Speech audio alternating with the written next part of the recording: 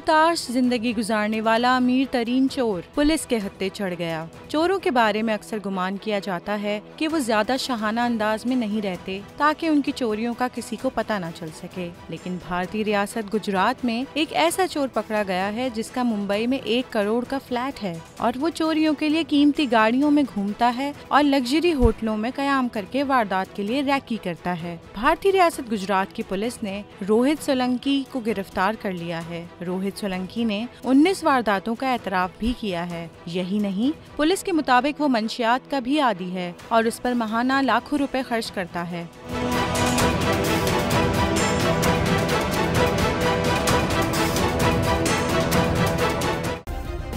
Subscribe करें और bell दबाएं ताकि कोई खबर रह न जाए।